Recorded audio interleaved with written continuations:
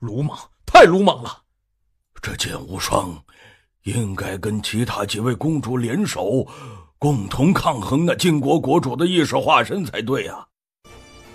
他连轮回殿主都不是那晋国国主意识化身的对手，可是这剑无双竟然跟晋国国主正面抗衡，他怎么可能强成这样？太强了！你们可都看清楚了。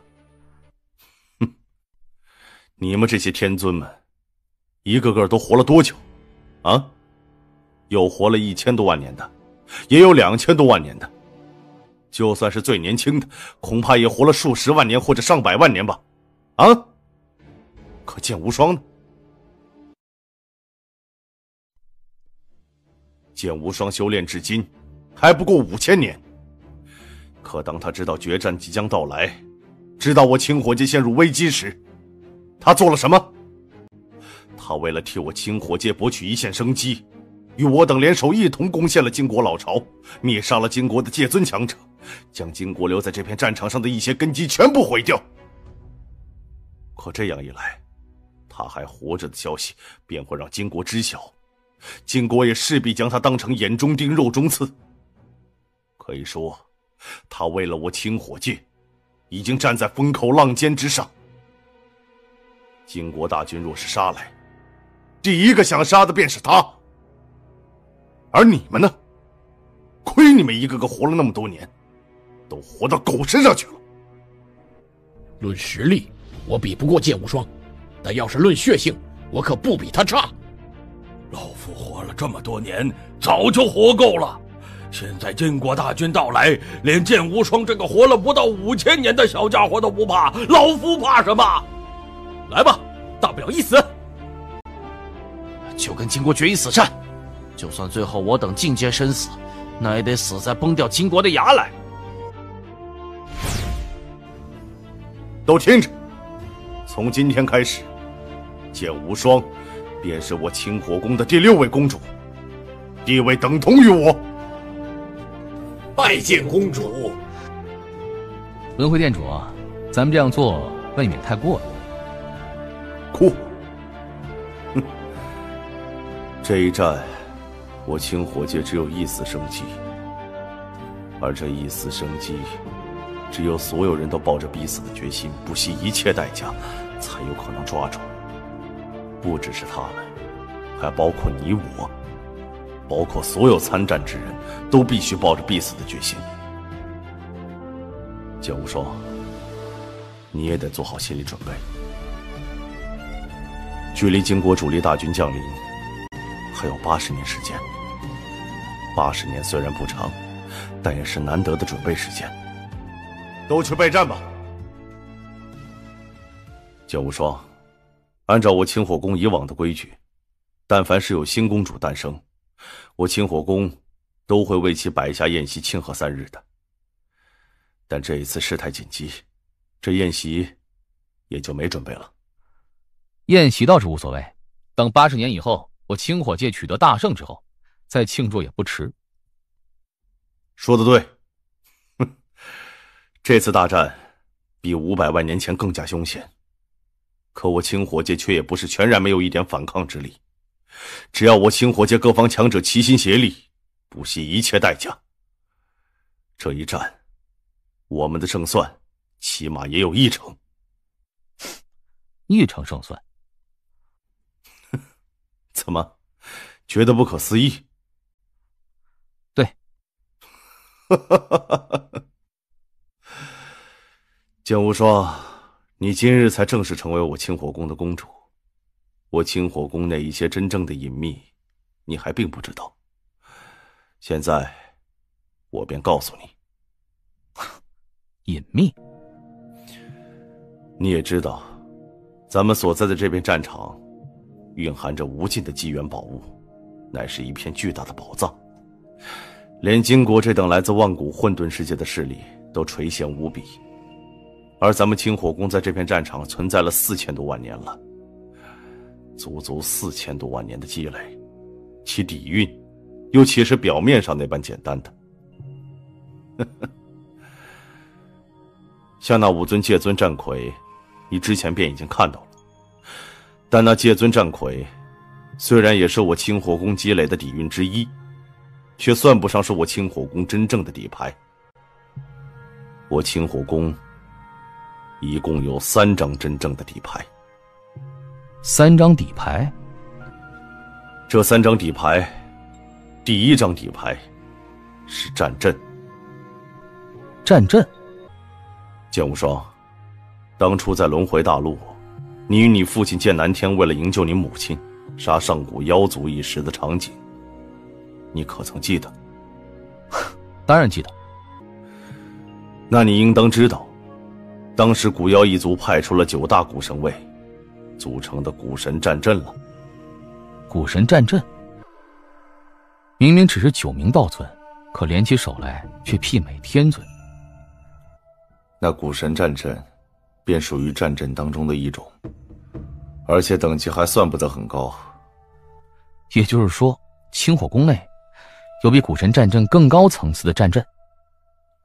对，这片巨型战场是一场惊天动地的可怕大战留下的。那场大战参战的强者的数量，还有实力层次，都远远超出我等的想象。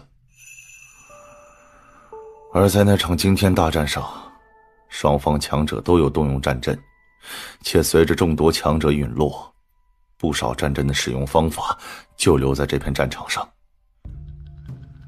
我清火宫4000多万年的积累，就得到过一些这样的战阵，只不过因为这些战阵的用途非同寻常，我们等下清火宫的那些天尊会有人带到清火界去使用，所以不曾将这些战阵放入火点兑换处内。但现在与晋国决战在即，这些战阵就都得拿出来用了。我与虚空已经将决战到来的消息以及其中的利害关系传达给了清火界的各方势力强者，且我2人还下达的命令，让清火界所有道尊以上的强者全部参战。道尊以上都得参战？晋国这次虽然是倾巢而出，但到来的估计只是戒尊和天尊，至于道尊虽然有，但应当不多。而咱们清火界既然在戒尊天尊这一层次的战力上远不如晋国，那便只能依靠这些道尊的数量去弥补。人多势众？对，就是人多势众。500万年前，我清火界就是依靠着人多，依靠着清火界庞大道尊的数量，方才弥补高层强者的差距，抵挡住了晋国的攻击。而这一次也是一样。如果是正常情况下，这些道尊在战场上只能是炮灰，可若是这些道尊能够联合起来形成战阵来对敌，那就完全不同了。我清火宫得到的那些战阵种类有很多，比较简单的只需要数十名道尊联手便可以形成媲美天尊的战争，规模大些的数百名道尊联手便可以形成天尊高等甚至知天尊大圆满层次的战阵。至于更高层次的，那便是上千名道尊联手可以形成戒尊战力。当然，战阵只是在一定程度上提升我清火宫的战力，而剩下的2张底牌才是我清火宫真正的依仗。还有2张底牌都是什么呀？这2张底牌，第1张便是咱们脚下的这片陆地。陆地？你是说我清火宫所在这片陆地，我清火宫的老巢？对，你在清火宫内也待了不少时间了，应当也看出这片陆地的不凡之处来吧？在这片陆地上修炼比其他地方效果上要好上不少。此外，这陆地上的宫殿楼阁，包括任何花丛树木都无法损坏，这的确是有些独特。当然独特，若是不独特，我清火宫又岂会将老巢安置在这片陆地上？剑无双，你跟我来。虚空殿主，轮回殿主，剑无双公主。云天尊。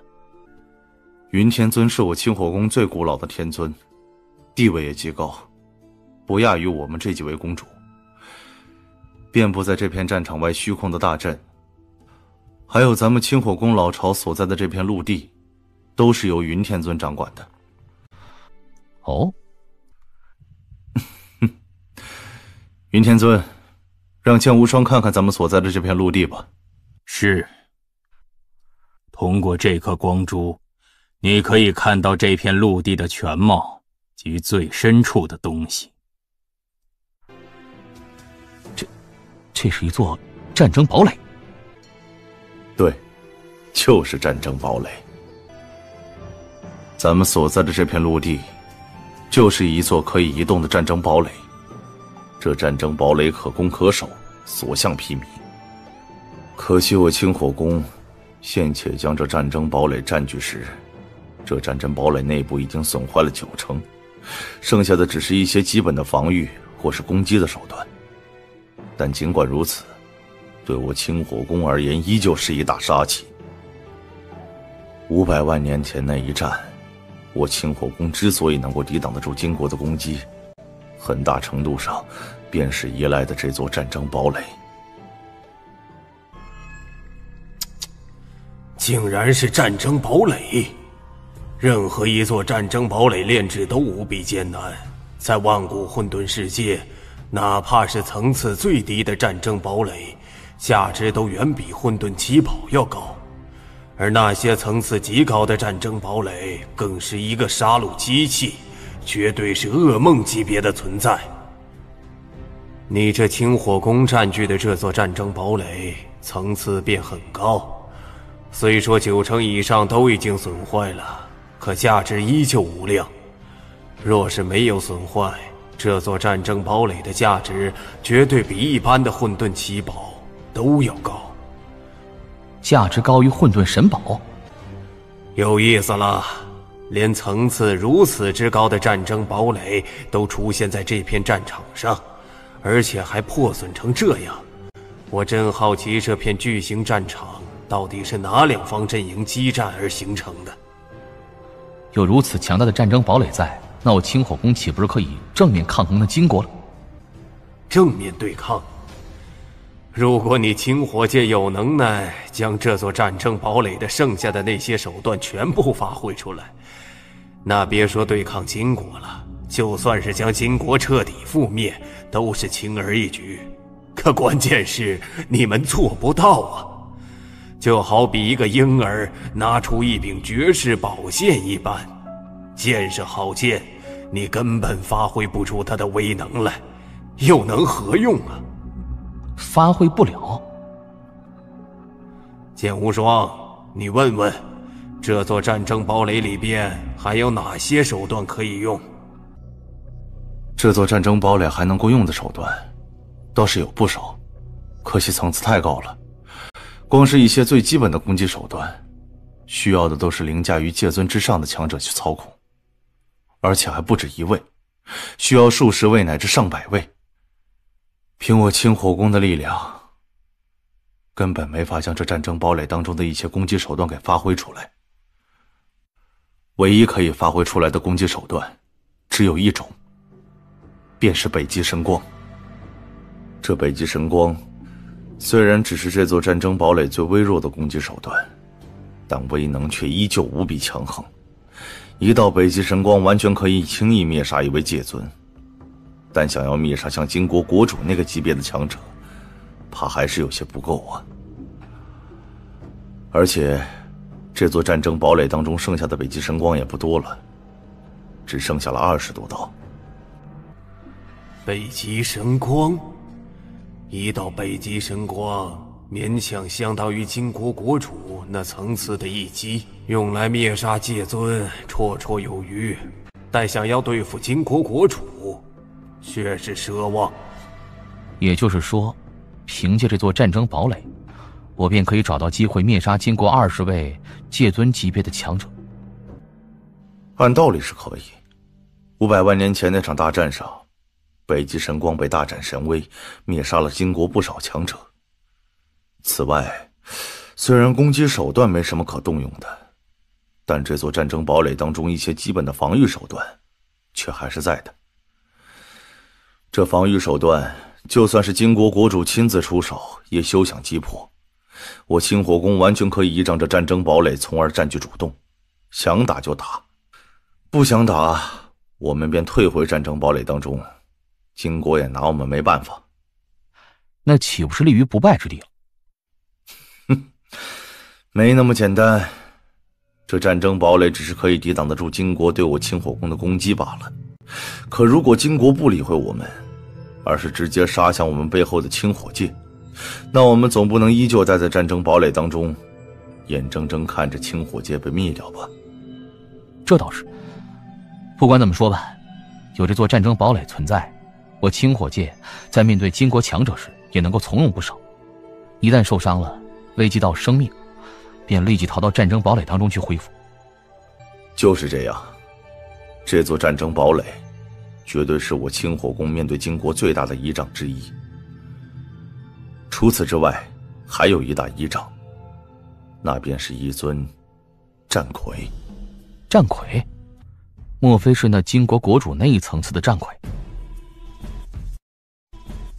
不，那战魁层次极高，若是能够爆出全部的威能，绝对会比金国国主更加可怕。但可惜的是，那战魁出手是需要消耗火元晶的，而且爆出来的实力也是以火元晶而决定的。而火元晶这种东西非常罕见，我清火宫在这片战场搜集了4000多万年，也才仅仅得到了很小一部分的火元晶。想要凭这点火元晶让这尊战魁爆出巅峰实力，那是不可能的。就算让这尊战魁爆出媲美金国国主那一层次的战力，也非常勉强，顶多只能支撑数十个呼吸的时间。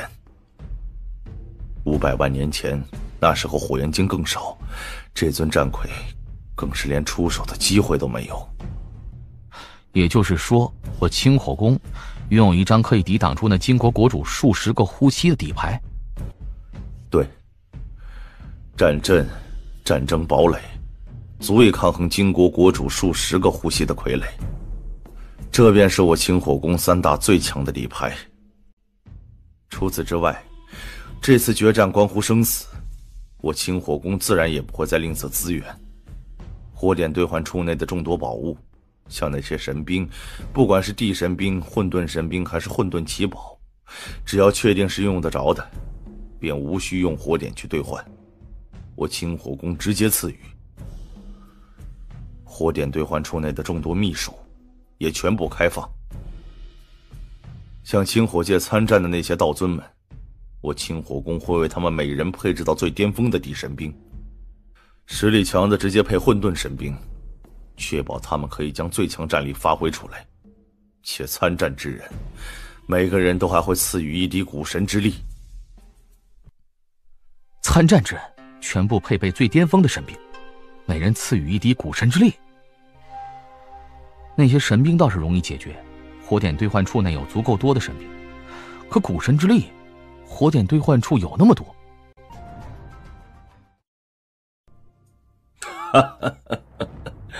剑无双，我实话告诉你吧，古神之力，我清火宫积累了不少。别说数万滴了，就是数十万滴，我们也拿得出来。只是平日里，我们不敢太过奢侈的动用罢了。目的就是为了向这样的决战做准备。竟然可以拿出数十万滴古神之力来，怎么可能呢？这古神之力的诞生可并不容易啊！整个万古混沌世界，除了古神一族，谁能够拿出如此数量的古神之力？这片战场到底发生过什么？怎么会拥有如此多的古神之力？难不成这里曾陨落过大量的古神？在这场决战到来之前，我清火宫必然会不惜一切代价为清火界的那些强者提升战力。至于剩下的，就看他们自己如何备战了。东土大唐境内所有道尊以上强者，不管是36府府主，还是各方氏族当中的强者，乃至于待在东土大唐内的所有独行强者，立即安顿好一切，1年后齐聚清火宫。快，所有道尊立即安顿好一切，1年之后齐聚皇城，胆敢怠慢者，一律杀无赦。此战，我古妖一族266位道尊，3位天尊全部到场。我血修罗一族241名道尊，4位天尊全部到场。我八神一族除1位道尊带着100名年轻族人隐士之外，其余道尊以上强者全部到齐。我血凤一族也只留下了1位道尊。此次决战没有族群之分，只有清火界与金国之分。诸位务必谨记。出！我霸天历来都是独来独往，不受任何人的约束。那清火宫曾不止1次邀请过我，可都被我拒绝了。但这一次，本座无法拒绝。80年后，金国强者降临，我清火界众人要么拼死反抗，要么就此覆灭，没有丝毫转机。这一战关乎整个清火界的生死存亡，自然也关乎本座的生死存亡。但凡清火界内修炼者，没有人可以逃避，必将拼死一战。尔等跟随本座多年，这一战九死一生，你们是否愿意追随本座，一同前往清火宫？我等愿意。那便出。这么多人，现在有这么多强者，但不知道经历了80年那场决战之后，还能剩下多少？哼，能够剩下1成，就算是不错的了。如果那一战失败，清火界都将覆灭，到时候这些人都得死。就算侥幸存活下来，那也只能选择去万古混沌世界流浪。若是流浪，万古混沌世界凶险无比，别的不说，单单在那虚空当中肆虐的盗匪无数，区道尊在那里流浪，10个里边怕是很难活下1个，估计也只有天尊才能够侥幸生存下来。不管如何，那一战绝不能败。萧叔，云帝前辈，剑无双，王源老大、老二、老四，老三，咱们兄弟4人终于又聚在一起了。王源老大，这次决战你怎么也来了？哼，我倒不是想来这儿的，可我师尊却硬要我来。你师尊？拜见无双公主。丹尊？无双公主直接叫老夫火琼便是了。到了清火宫，这丹尊2字，老夫可担不起呀。火琼前辈，王源老大才永恒境，你为何要他来参与这场决战？实不相瞒，老夫将他叫来，并非是为了参与最终决战，而是冲着那丹心宫。丹心宫？火琼前辈，你是想自己去闯那丹心宫的考验，还是让王源老大去？那丹心宫的考验，连清火宫那么多比老夫强的炼丹大师都失败了，老夫有自知之明，知道是闯不过去的。但我这徒儿却说不定可以。王源老大，剑无双，可以让你这位兄弟去试试，说不定真有机会。啊，国王，你莫非也认为王元老大可以闯过丹心宫的考验？别人能不能闯过我不知道，但这小胖子的确有一些可能。这小胖子挺有意思的。有意思？呵呵，都将自己给炼制成丹药了，你说有没有意思？啊？将自己炼制成丹药？国王，你这话什么意思？你先别紧张，这小胖子没什么大事儿的。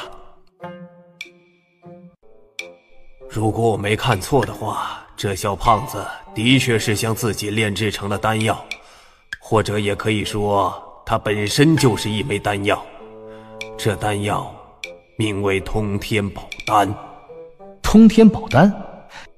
这是一种非常奇特、非常罕见的丹药。它最大的特点便是极具灵性，丹药一成，它便可以直接化为人类，甚至还可以跟人类一样正常去修炼，基本上跟人类不会有太大的区别。而你的这位兄弟跟你父亲性质的剑灵之体相差不多，你父亲是剑灵转世，而你这位兄弟却是一枚通天宝丹转世而成的。它本身就是一颗通天宝丹，现在只是将重新令自己完全蜕变罢了。是这样。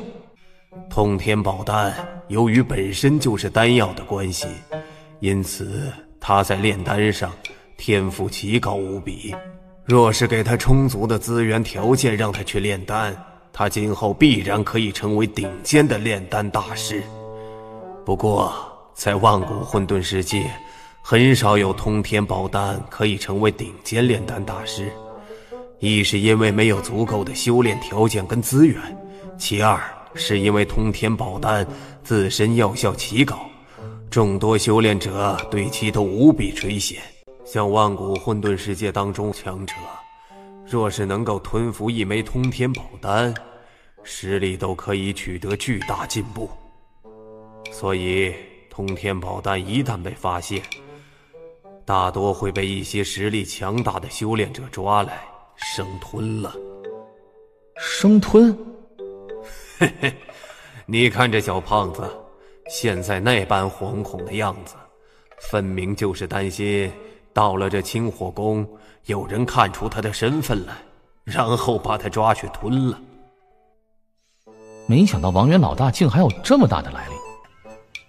火兄前辈，我会亲自带王元老大去丹心宫一趟。那就有劳了。无需客气，王元老大是我的兄弟，而且他若是真能将那丹心宫认主的话，对我清火宫而言，那是莫大的好事。王元老大，咱们走吧。老三，你现在是这清火宫的公主，在清火宫有着极高的地位，你可得多照看我点儿。放心吧，有我在，没人敢打你的主意。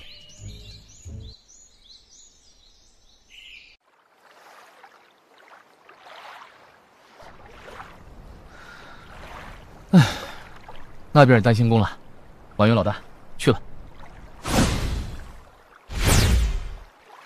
永恒镜，小子，区一个永恒镜也妄图认主丹心宫，找死不成？你当初说过要认主这丹心宫，只需修炼时间不超过50万年，且在炼丹上有一定造诣就行了，又没限制境界。的确，认主丹心宫对境界没什么要求，你想要尝试认主倒也可以，不过在此之前还是老规矩，先给老夫去挖100万斤的黑铁来再说。100万斤黑铁？担心我清火宫与金国的最终决战马上就要爆发了，我没耐心陪你玩。现在我给你2个选择，要么让我这兄弟进入丹心宫内接受考验，要么我现在便出手将你毁掉，就算毁不掉，我也会镇压你，让你永世不见天日。相信我，我没跟你开玩笑。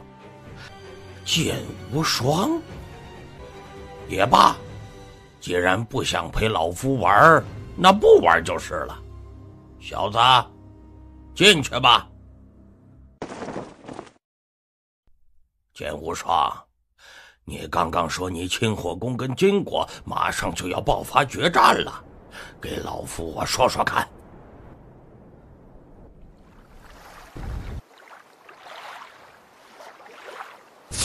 什么？成功了吗？通天宝丹，那小子竟然是通天宝丹！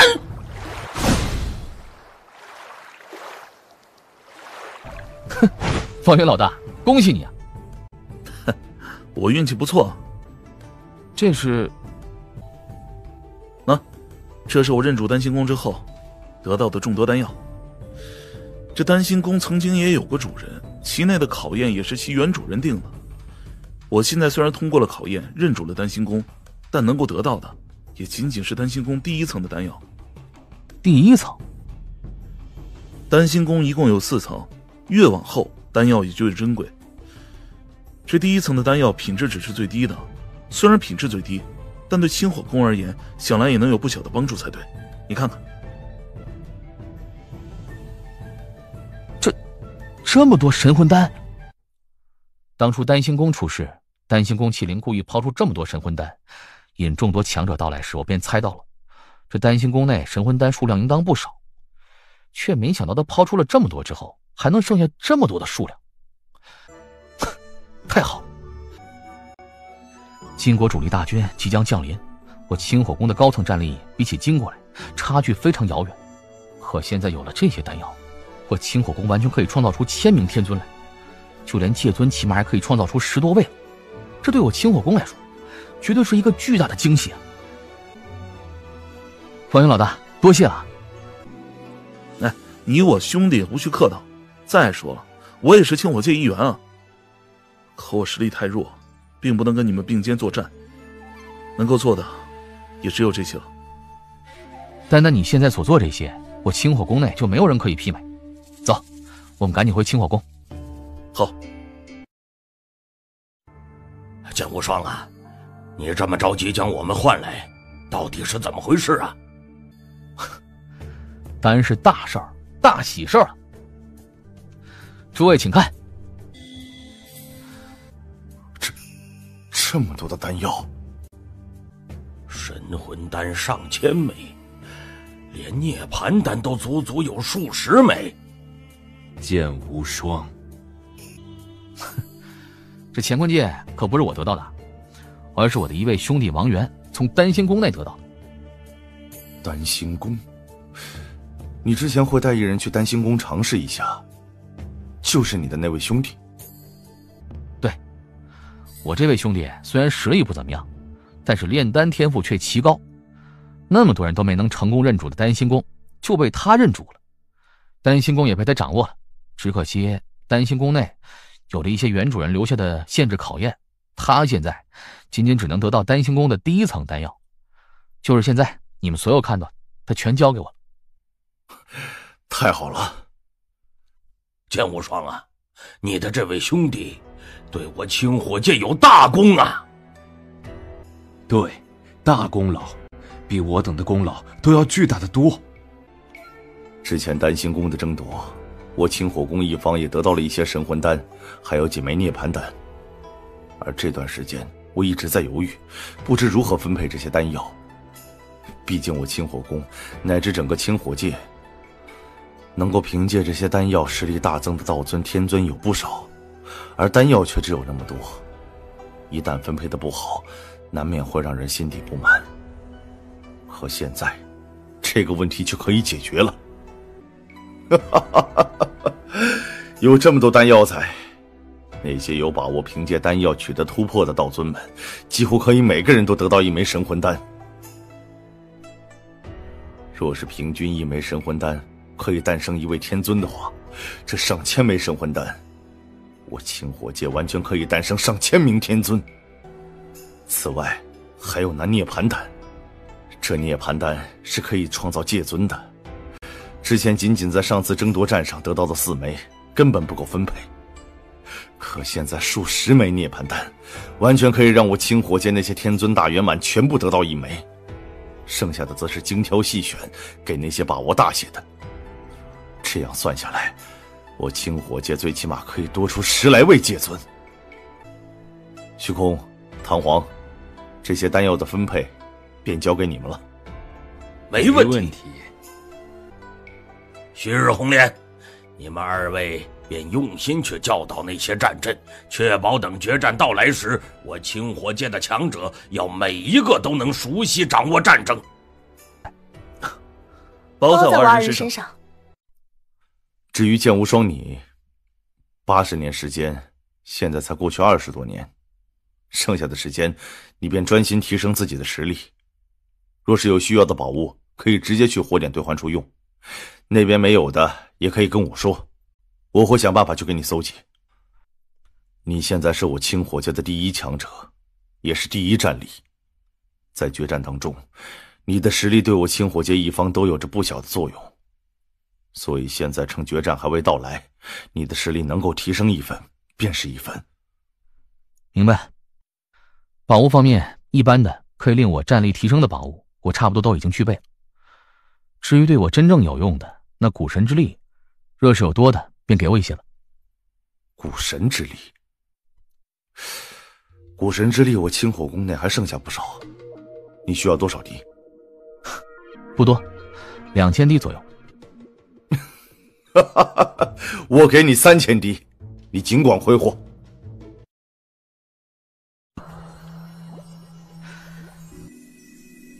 距离金国主力大军降临还剩50多年的时间，这些年里，一定要到达4星巅峰层次。开始吧。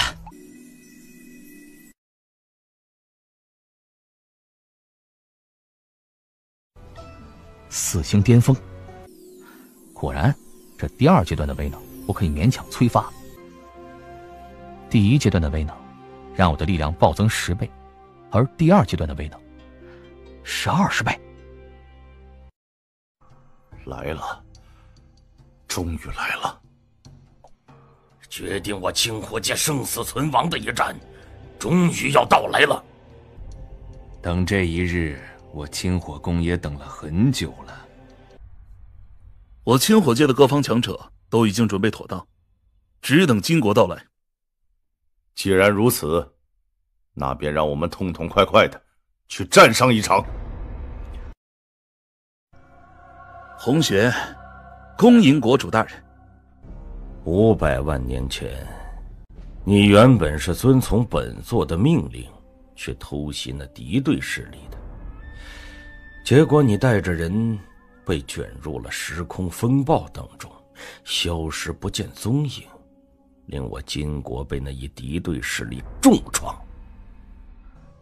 原本本座应当直接将你灭杀，不过你被卷入时空风暴当中后，却无意当中发现了这样的宝地，也算是为我金国立下了大功。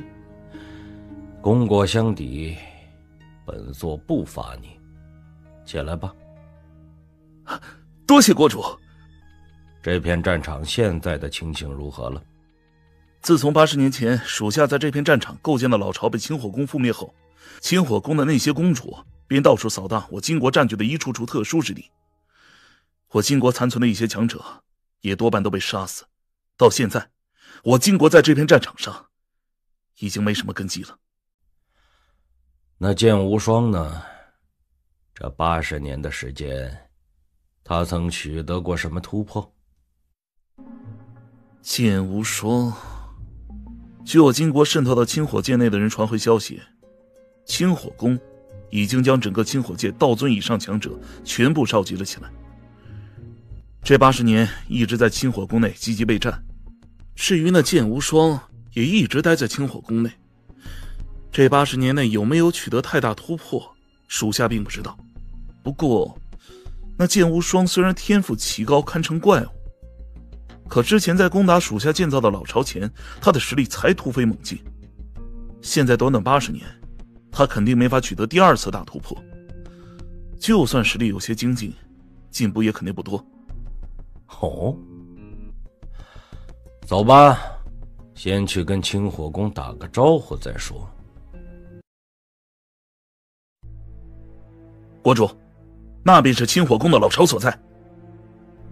那清火宫的老巢乃是一座巨大的战争堡垒，不过大幅度破损，能够动用的手段少之又少了。500万年前的那一战，属下之所以没能将清火界给灭掉，就是因为有这座战争堡垒的存在。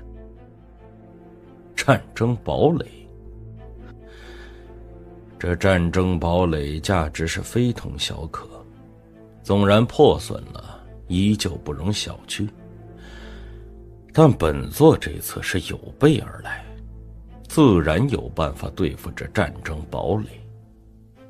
金风大人，是不是要动用那件东西了？不急，花费了500万年的岁月，付出了莫大的代价，好不容易才来到这片战场。如果就这样轻易将清火界灭了，那就没意思了。先跟他们玩玩吧。龙须，国主，本座知道你一直在寻找合适的对手与你对战，现在就在我们面前的战争堡垒当中，就有一人适合当你的对手，他的名字叫做剑无双。剑无双，可曾有无敌界尊战力？有啊。太好了，去吧，若是有机会，直接将那剑无双给斩杀了。是。红雪，你先下去准备，待会儿听从本座的命令行事。遵命。那便是金国的战船。金国有一些细微的力量渗入了我清火界内，所以他们肯定知道我们已经将清火界道尊以上的强者全部聚集在了一起。不过我们得到了丹心宫的大量丹药，令我清火界高层战力大增的消息，金国恐怕未必知道。现在金国肯定以为我方的高层战力还是跟之前一样，公主仅仅只有6位，天尊顶多只有200来位，而我方完全可以凭这一点找准机会给金国一次迎头痛击。说得对。现在金国主力大军已到，就是不知他们什么时候会动手。不管他们什么时候动手，我清火界各方强者都已准备妥当，随时可以应战。有人过来了。仅仅只有一人，他想做什么？我乃金国国主座下第一战将龙须王，剑无双，可敢出面与我一战？竟然是来挑战的。一个人来挑战？挑战无双公主。无双公主，那可是我清火界公认的第一强者，这名金国之人竟然敢来挑战无双公主，真是找死！挑战剑无双？剑无双现在是我清火宫公认的第一强者，也是公认的第一天才，可以说是我清火界一方顶梁柱级别的存在。而现在决战还未开始前，金国国主竟然派遣一位龙须王来挑战剑无双。哼，那位金国国主倒是打得一手好算盘呢。明明整体实力比我清火界要强得多，可这金国国主依旧步步为营，想要从士气上击垮我们，还真是够谨慎的。那龙须王号称是金国国主麾下的第一战将，其实力想来比那红血王还要强上不少。不出意外，应当也是一位无敌界尊。剑无双，这一战你接不接？接。接战？对方都已经找到自家门前挑战，我若不接战，对我清火界一方的士气同样有着不小的影响，必须接战。可你有把握吗？把握？有啊。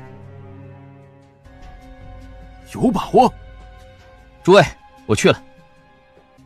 我会命令下去，让所有人做好大战的准备。至于那龙须王，便靠你了。是无双公主。无双公主果然出面了。哼，看这龙须王怎么死的。龙须王，好惊人的煞气，给我的感觉不像是个人，反而像是一尊杀戮兵器。你就是剑无双，区道尊。我是剑无双，也的确只是道尊，但对付你却足够。哼，好大的口气！我随国主大人征战上千万年，死在我手中的界尊都不计其数，就连无敌界尊上千万年来，我也只碰到过3位。这3位无敌界尊，我都一一跟他们正面激战，3战皆胜。其中有2位无敌界尊，更是被我直接灭杀。而你，是我所碰到的第4位具备无敌界尊战力的强者。拿出你的全部实力来，否则你便会跟之前那2位无敌界尊一样，成为我刀下亡魂。这龙须王果然是一位无敌界尊。不仅是一位无敌界尊，而且在无敌界尊当中恐怕还属于极强的。若是真按他所说，他曾经正面击败过3位无敌界尊，甚至灭杀过2位，那他的实力当真非常可怕。不知道剑无双能否和他正面抗衡啊？小三，小师弟，剑无双，你与我有杀子之仇，我恨不得抽你的筋，喝你的血。不过今日这一战，却关乎清火界生死命运，我却是希望你能够赢。赢！一定要赢啊！无双公主一定会赢的。这一战必须赢，还要赢得漂亮。战吧！来吧，让我看看你这位连国主大人都无比赞赏的顶级天才，到底有几分实力。血银刀绝，绝，曙光。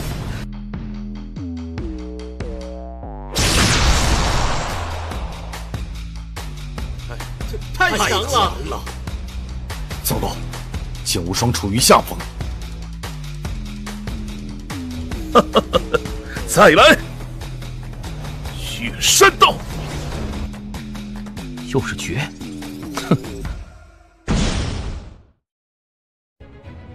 哼，废物！国主大人说你是天才，可现在却也不过如此。你的实力也就堪堪达到无敌界尊的门槛罢了。就这点实力，比我之前碰到的3位无敌界尊明显都要弱，还是弱上很多。我之前还抱着那么大的期待来跟你交手，剑无双，你太让我失望了。龙须王，唉，看来是我高看你了，你的实力仅仅只有这点程度。什么？小子，你莫非就只会逞口舌之力吗？哼，口舌之力，是不是逞口舌之力，你马上便会知道。剑无双，终于打算用全力了吗？当然，这一战我不仅要赢，还要赢得干净利落，这样我清火界一方的士气将会再次大增。可之前我真不知道这龙须王的真正底细，想要干净利落击败他太难了。但现在，我对他的实力心里有底，那也是时候让他见识见识我真正的实力。上！阁下，我倒要看看你还能翻出什么浪来。血火刀，竟然还是绝！哼，创出的绝多又怎么样？威能还不都是一样？同样的剑术，同样的人施展，结局也是一样。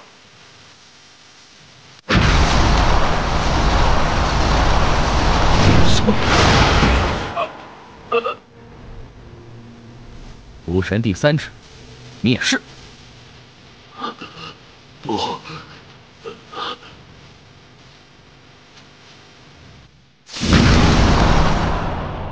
赢了！无双公主赢了！哈哈哈！果然不愧是我清火界第1强者，太强了！无双公主太强了！哼，那龙须王之前不是很狂妄吗？无双公主的实力让他失望吗？哼，他不是说无双公主是废物吗？让他再狂啊，再狂啊！很明显，无双公主之前根本就没用全力，甚至实力估计只发挥了个1、2成，这才会被那龙须王暂时压制。那龙须王还以为他赢定了，真是可笑。现在看来，无双公主一用全力，仅仅2次出手，便将这龙须王打得生不如死，赢得干净利落，太漂亮了！胜了！看到没有？那是我师弟，是我师弟啊！龙须王竟然败了。龙须王可是我金国第1界尊呐！自跟随国主大人以来，碰到了无数界尊，从未有人是他的对手。就算是500多万年前，我金国的那方敌对势力中最强的那位无敌界尊，也都败在了龙须王的手中。可现在，龙须王竟然败给了一个道尊。我听那剑无双修炼至今，似乎还不超过5000年，乃是真正的天才人物。不过5000年，这般逆天。剑无双，短短80年时间，他的实力竟然又进步了不少，真是了不起呀！九溪，你所在的那方宗门里不是也有一位超级天才吗？这剑无双跟那位超级天才比起来，又如何？论实力，自然是我那位师兄要强。不过这剑无双，在这样一个与万古混沌世界完全隔绝的地方，能够展露出来如此能耐，其天赋非同凡响，怕不比我那位师兄要差。哦，可惜你的那位师兄不在，不然本座真想让他出手，跟着剑无双去比一比。金风大人，你的那位头号战将龙须王，现在是死是活都不知道，你还有心情开玩笑？还是想想该怎么办吧。哼，纵然龙须败了，清火界一方士气不跌反涨，可凭借本座手中的力量，要灭掉他们，依旧是轻而易举。红雪，动手吧。龙须王竟然会败给剑无双，真没想到啊！诸位，该咱们动手了，上吧！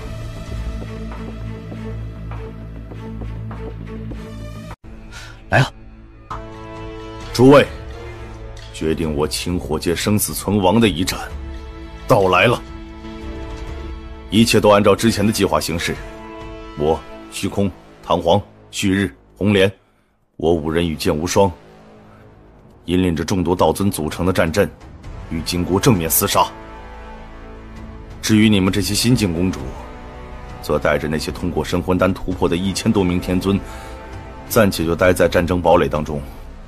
我们会想办法让金国的强者靠近这战争堡垒，到时候你们就听从我的吩咐，一举突袭杀出，不给那些金国强者任何逃窜的机会，最好是一举将其重创。云公主，这战争堡垒依旧交给你掌控。我清火界一方若是有强者重伤回到战争堡垒当中，你要立即替他开启禁制。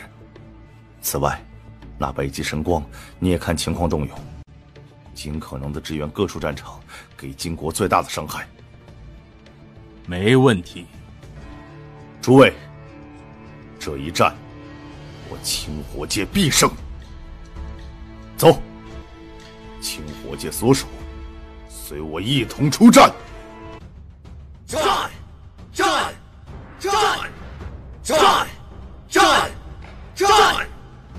血魔战阵起，青龙战阵起，开天战阵起，灵神战阵起。金火，剑无双，让我出来吧。古王，待在你体内久了，我也该出来舒展舒展筋骨了。剑无双，你还记得当初在东土大唐你我联手施展的那一招吧？当然记得。现在你莫非是想再来一次？你说呢？杀光他们！是时候了。古王，古神秘术换神，交给我，望月秘术啸天。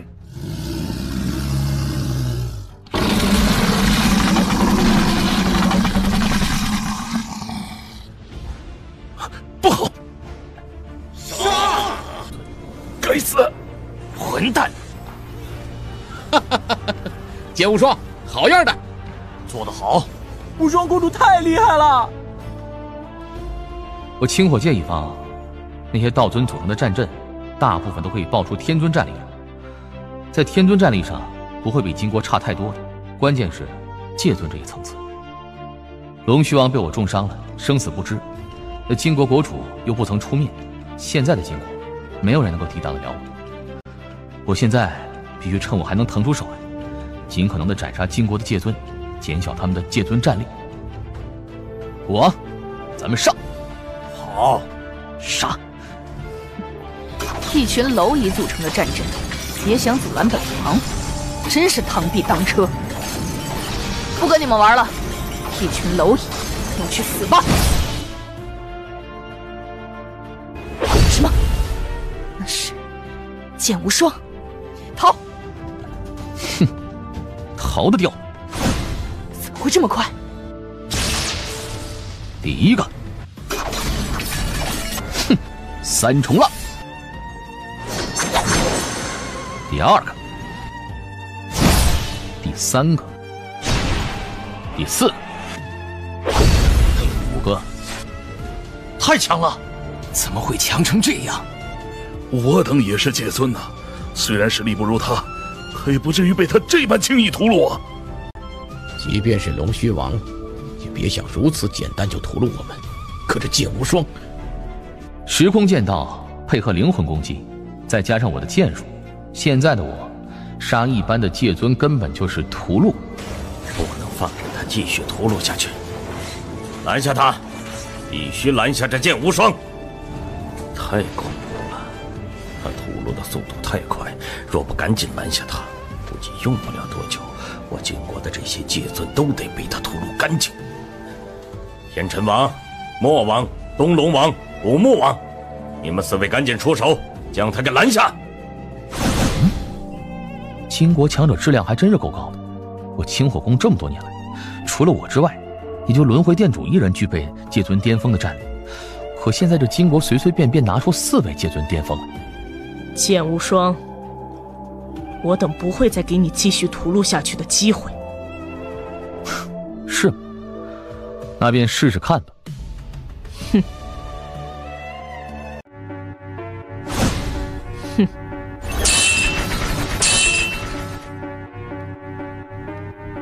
剑无双，我说过，不会再给你任何机会了。倒是有点能耐。一起出手！给我滚！什么？我4大巅峰界尊联手施展的攻势，竟然瞬间被击溃！不愧是能够击败龙须王的无敌界尊。天辰王，交给我！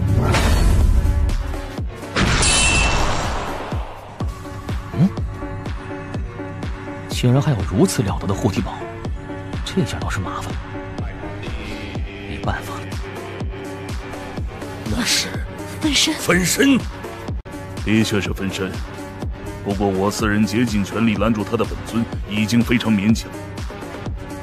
想要再拦住他的分身，几乎不可能。正常情况下，分身的战力是远不如本尊的，我们只需拦住他的本尊便足矣。至于分身，交给其他人去应付吧。我们继续上。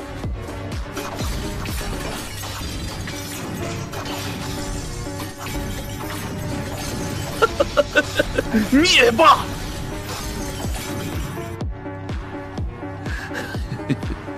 他们快撑不住了，给我杀光他们！差不多了，可以退了。撤回战争堡垒。想跑得掉吗？一个都别放过，给我追上去，杀光他们！轮回殿主，金国强者已经进入北极神光的攻击范围。此外，战争堡垒内的众多公主与天尊都已做好十足准备。很好，等我下令。是。红莲，你那里可曾准备好了？早已经准备妥当了，有3枚7星夺灵丹的帮助，我可以肆无忌惮地将领域威能彻底爆发开来。很好，剑无双，你之前施展的那一招，是否还可以再施展一次？之前那一招？剑无双，告诉他可以再施展一次。还能够再施展一次，太好了！等我下令，你便出手。好，一切都已经准备妥当，接下来就只等金国上钩了。动手！九幽领域，压迫！这是杀！学术无界尊，上千名天尊，怎么可能？天武宫的强者，谁准备的如此之多了？武王，准备好了。武神秘术，幻神，望月秘术，啸天。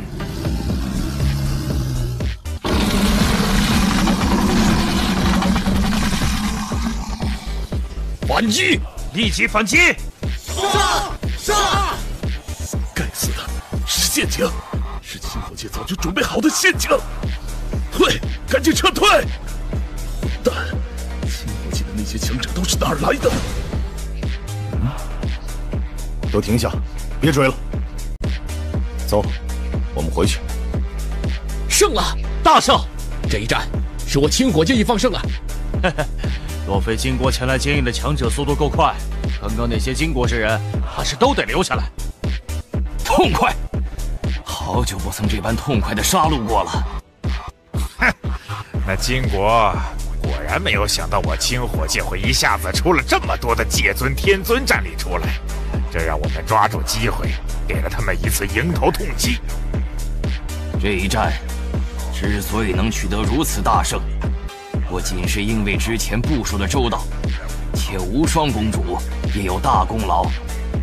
对，无双公主与她做下了重寿，接连2次施展了特殊的音波攻击，令金国的那些天尊们2次陷入意识呆滞当中，这给我们清火界一方创造了2次重创他们的机会。且之前跟龙须王一战的取胜，也极大提升了我清火界一方的士气。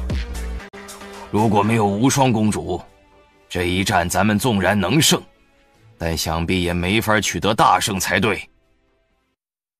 从500万年前到现在，这还是我清火界跟金国正面碰撞当中第一次取得大胜。就算是500万年前，我清火界也只能依靠战争堡垒，拼尽全力抵挡金国攻势。但这次金国主力降临，这第一战反倒是我清火界一方赢了。不过这一战虽然赢了，可我们也不能得意，毕竟这第一战金国仅仅只是试探性的攻击，并没有全力以赴，而我清火界一方却是倾巢而出，而且还是通过陷阱算计才取得如此大胜的。若是真比力量，晋国依旧远在我清火界一方之上。几位，上王统计出来了。嗯。